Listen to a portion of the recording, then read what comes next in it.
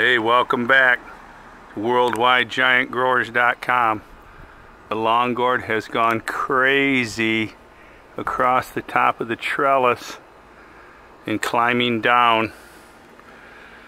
And what we have here is our female. I've been waiting for the female in the perfect position. I've cut several off now.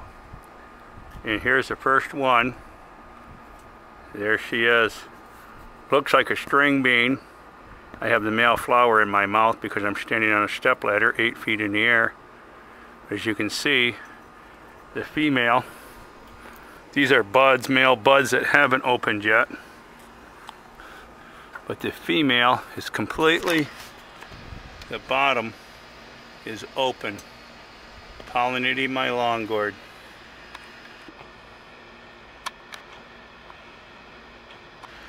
So there you go. What I'm going to do is take the male flower. Here's the male flower. The male flower has no fruit on the bottom. There is no bean. There's no fruit. That is the male. We'll take the male to the female. The birds and the bees, baby. The birds and the bees. The pollen.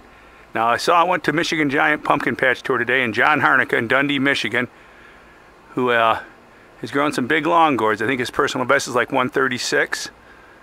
Nice, great grower John is.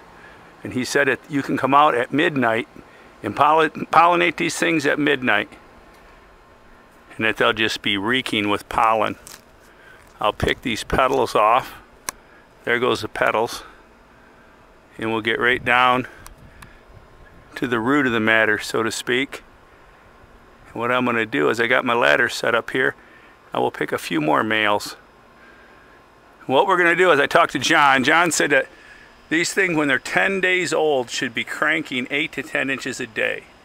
If not, here's another male flower over here. They're beautiful flowers. If they're not cranking at 10 days at 8 to 10 inches a day, then it's probably not going to be a good one. I wasn't planning on pollinating in July. It's July 27th. But because this plant went crazy in the veggie dew bag, it was planted June 21st in this bag. I'm going to link this back to that video so you people can see that are new here. 5 weeks of grow in Morgan's Composting Veggie Dew 301. Made with dairy dew, kelp meal, worm castings, and more, used in containers, gardens, raised beds for more productive plants, good for indoor and outdoor use. With 77 different minerals for flavorful produce. Great for all veggies. Now lately I've been using the Fruit Blaster. I started combining the Fruit Blaster with CalMag, and I would put it in a trash can and bubble it for a couple hours with my CalMag, which is 7% nitrogen. I did not want the excess nitrogen, so I let it bubble for a couple hours to eliminate some of that nitrogen, but I did want the 11% calcium added to the mix. But here's your plant, 5 weeks with veggie dew. Look at this plant.